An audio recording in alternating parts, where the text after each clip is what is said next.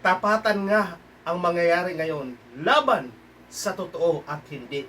Ang mga ebidensya na inaharap ni Trillanes sa impeachment court laban kay Vice President ay ba makatotohanan kumpara sa inilabas ng mga makadidiis na yung 18 Marites ay 18 Marines. So ngayon, makapakitang-kita nyo naman kung ano ang pagkakaiba ng dalawang faction.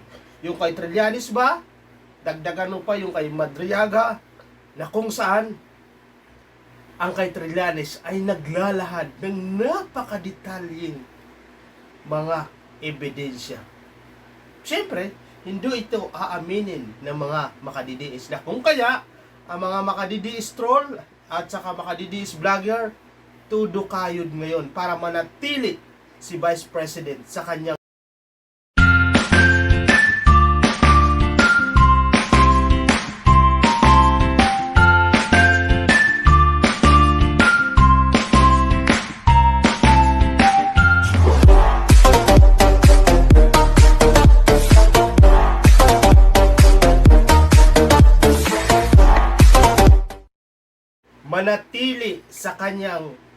sorbin ang number 1 popularidad si Vice President Sara Duterte. In fairness mga kapak, sa pinakalitis ng octa-core na kung saan napakadikit na niya sa dating Vice President. Pero marami ang naman ang nasad na mga camping at saka isa mo na yung maka-BBM.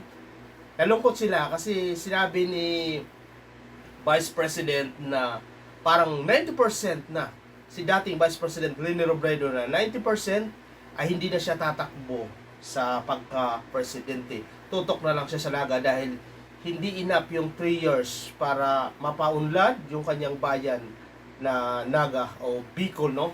So ngayon mga kapak, ang impeachment hanggang saan ba makakarating? Naku! Kasi mga kaupak, ang magiging labanan nito, ang ebidensya. Tayo, yung sinasabi ni Trillanes na matagal na yan, actually matagal na yan, hindi lang na ilalabas. Dahil nung time na yan na-discover ni Trillanes yung mga account na kaduda-duda, abay matagal na yan, bago pa tumakbo. Kumbaga, nung tumakbo si Pangulong Duterte noon, 2016, ay lumabas na yan.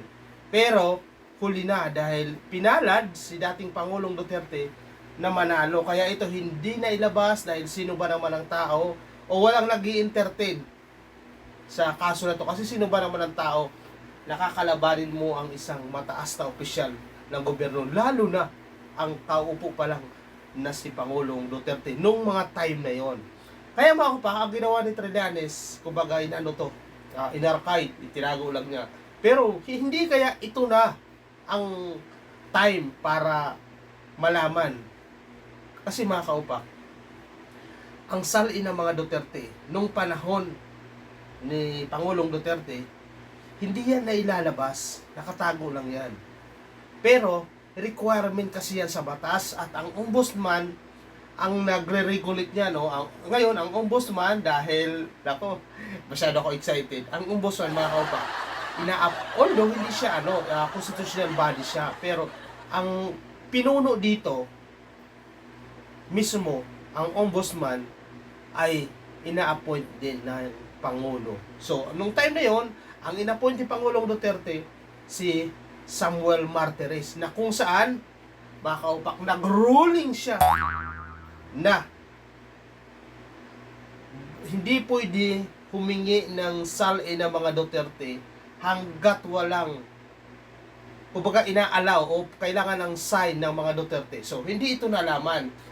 Kasi yun ang sinasabi ni Senator Trillanes, si dating senador, na ang mga daming account na kaduda-duda ng mga Duterte, kung saan marami umano ang mga pera na pumapasok sa magkakamag-anak simula sa asawa, sa common wife, sa anak, kung saan puro galing sa isang tao. Ito ay Samuel na di umano ay isang drug lord. So, ang sinasabi ng mga makadidies at mga supporter ng mga Duterte, ito ay kwentong kutsero lang. Pero mga kaupak, maaari dahil hindi ito lalabas, dahil hindi ito i-entertainin kung ano man yung department nga dapat mag-iimbestiga nito. Dahil ang nakaupong presidente, ang inaakusahan niya, kung saan yung mga tauhan niya ay inappoint ng nakaupong presidente. So ngayon, ito na yung time. Naku, makaupa.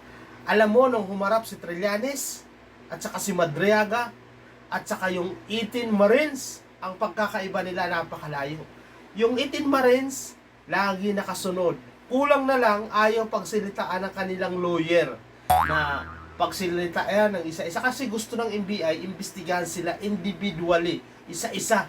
Kung sino ba, o angkop ba, o tama ba, o nagtutugma ba ang kanilang mga inalalabas sa social media, katulad ng sinasabi ng kanilang attorney na si Balingon.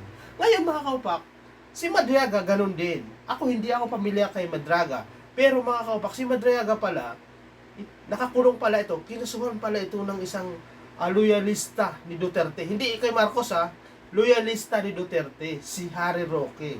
So ngayon, ang pinagtatampo naman ni Madriaga, hindi man lang siya natulungan ng mga Duterte sa kabila ng siya ay dating aide umano ni Vice President. Pero ngayon mga kaupak, tinatanggi na ngayon ng mga Duterte na kilala nila. Pero sa mga inilabas na mga ebidensya o sa mga interview, mga kaupak, hindi totoo.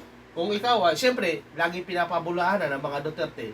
Pero mga kaupak, hindi totoo na hindi sila magkakilala dahil sa pagbati, sa conversation, sa lahat na sa mga pinabibili, na kung saan yung mga sasakyan gamit ng mga Duterte, ipinapadaan kay Ramil Madriaga.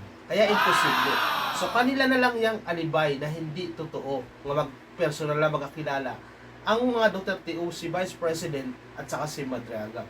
Sa inilabas, isa sa mga pumukaw sa akin, mga kaupak, yung si Martires na ombudsman ay nakatanggap ng pera mula doon sa 125 million na nag-viral na kung saan naubos lang ng 11 days. Hindi pala 11 days. Almost 24 hours lang. Kumbaga pagka yung 125 dinistribute sa iba-ibang tao at si Martires na ombudsman isa sa mga nakatanggap.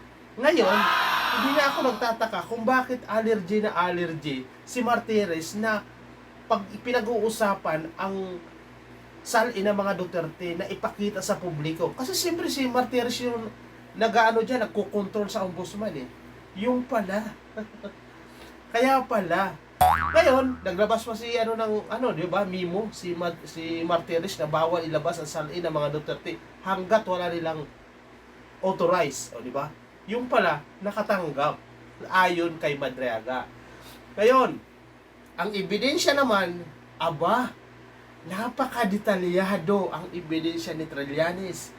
Magmula sa bank account, binerify, magmula sa branch, magmula sa mga tao, mga kaupak, hindi lang anak, hindi lang kapatid, hindi lang common wife, lahat sila nakatanggap ng milyones at ito ay umaabot sa 600 billion. Wow! At nakakapagtaka ang mga kaupak, alam bakit? Hindi ito nakasama sa salin at hindi ito maraming tao na dumaan na account.